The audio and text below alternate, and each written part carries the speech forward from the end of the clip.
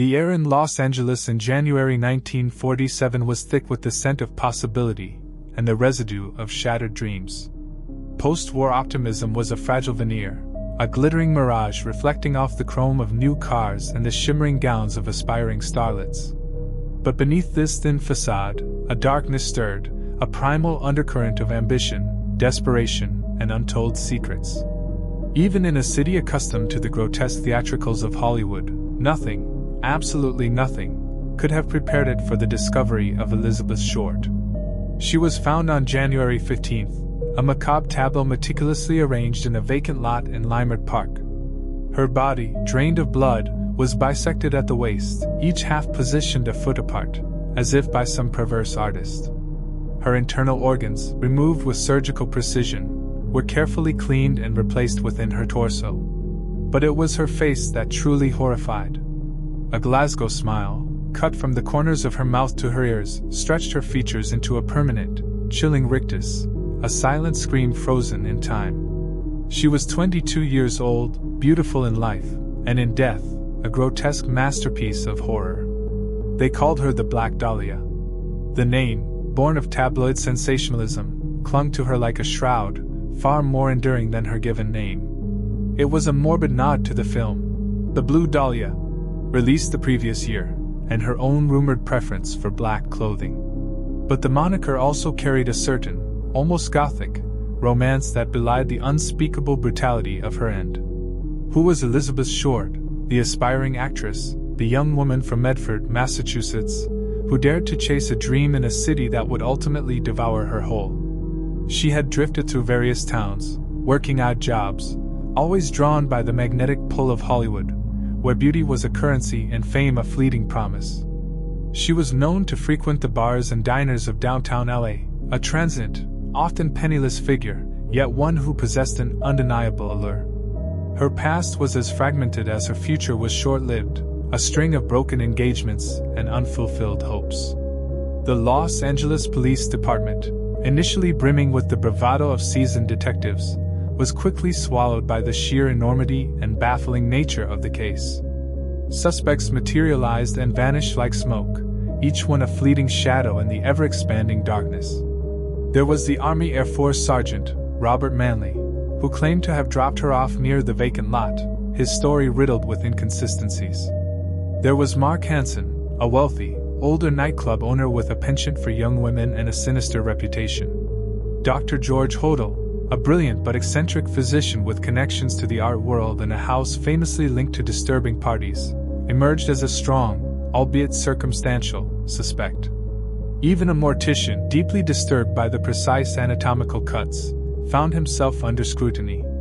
The list grew, became a tangled web of lies, half-truths, and tantalizing clues that led nowhere. Hundreds of confessions poured into police headquarters, many from delusional individuals seeking notoriety.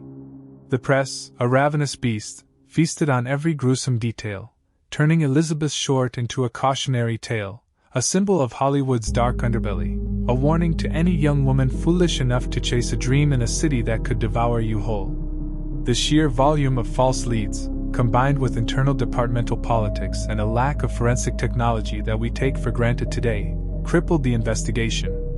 The Dahlia's ghost began to haunt the police station, an unsolved specter mocked by every passing headline.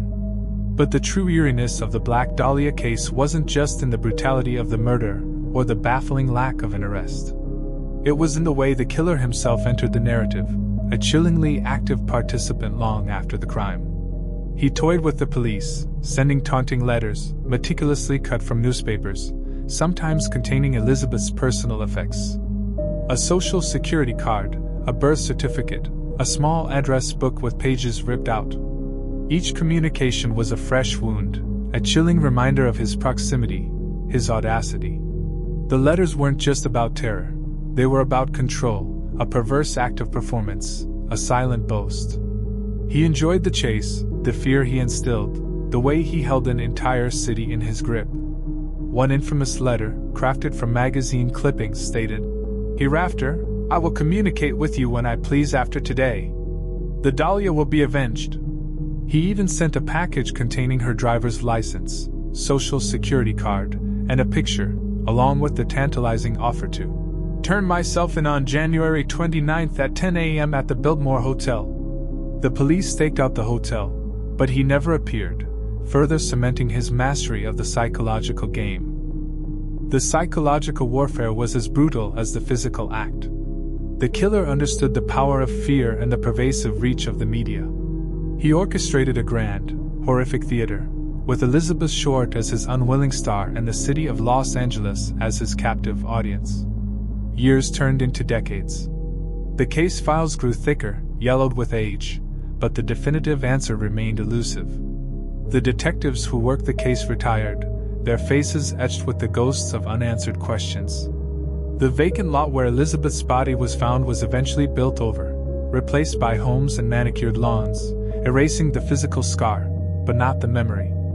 Yet the Black Dahlia never truly left. She became a permanent resident of Los Angeles folklore, a silent witness to its shifting landscapes and its enduring darkness. Her story was whispered in hushed tones, retold in true crime podcasts, dramatized in films and television series, each retelling adding another layer to the myth, another ripple in the fabric of the eerie. Authors, amateur sleuths, and armchair detectives devoted their lives to unlocking her secrets, convinced that the key lay just beyond the next dusty file or forgotten interview. Then, in the early 21st century, a different kind of silence began to descend. Not the silence of forgotten dreams, but the agonizing silence of a truth finally finding its voice. It started with a whisper, then a faint echo, from an unexpected source, the son of a prominent, respected physician, Dr. George Hodel. Steve Hodel, a retired LAPD homicide detective himself, spoke of a secret, long buried, a confession his father had made in the throes of dementia. "I killed the Dahlia." A chilling admission, initially dismissed as the ramblings of a failing mind. But Steve, tormented by his father's words and a lifetime of unsettling memories, began to investigate. He found old photographs, hidden journals, and a chilling connection to the original investigation. His father had been a suspect, briefly, before being cleared due to an airtight, albeit fabricated, alibi. As he delved deeper, the pieces began to click into place, forming a mosaic of chilling clarity. His father, a man outwardly respectable, a man who had hosted some of Hollywood's elite in his modernist home, was a monster in the shadows. He discovered that his father, known for his intellect and artistic leanings, possessed a profound, almost obsessive, knowledge of human anatomy and surgical procedures. He uncovered a pattern of disturbing behavior, allegations of abuse, and a fascination with surrealist art that often depicted fragmented female bodies. The evidence, painstakingly gathered by Steve Hodel, was presented to cold case detectives. It was circumstantial, born of a dying man's delirium, but it was compelling. A detailed knowledge of surgical procedures, a history of rage and manipulation, and a curious, almost obsessive, fascination with anatomy that had previously been dismissed as merely eccentric. And then, the ultimate, horrifying revelation, a small, almost imperceptible detail in the original crime scene photos, a unique surgical stitch, a signature, present only in a select number of obscure medical texts his father had personally owned and studied. Furthermore, Steve Hodel discovered that his father's house, a magnificent structure in Los Feliz, had been bugged by the police during the initial investigation, and recordings hinted at his involvement in the Dahlia case, alongside other unsolved murders. The final conclusion of the Black Dahlia case was not a dramatic arrest or a courtroom spectacle. There was no conviction, no definitive legal closure. Instead, it was a quiet, unsettling affirmation of what many had suspected for decades. The killer was not some faceless boogeyman lurking in the alleyways, but someone deeply embedded in the respectable fabric of society, a monster hiding in plain sight. It was a truth that offered no comfort, no traditional closure, only a profound and lasting chill. The Black Dahlia remains an enigma, a symbol of unsolved brutality, forever intertwined with the glamorous, yet dark, underbelly of Hollywood. But in the quiet confirmation of her likely killer's identity, even after so much time, there was a different kind of resolution. It wasn't justice in the traditional sense, but it was an unmasking. The truth, however horrific, finally emerged from the shadows, a final, eerie whisper in the long, drawn-out saga of Elizabeth Short. And in that whisper, the city of Los Angeles, and indeed the world, was reminded that sometimes, the most terrifying monsters are not born of darkness, but meticulously crafted within the very light we choose to ignore. Her legacy isn't just about a murder, but about the shadows that can persist in the most glittering of places.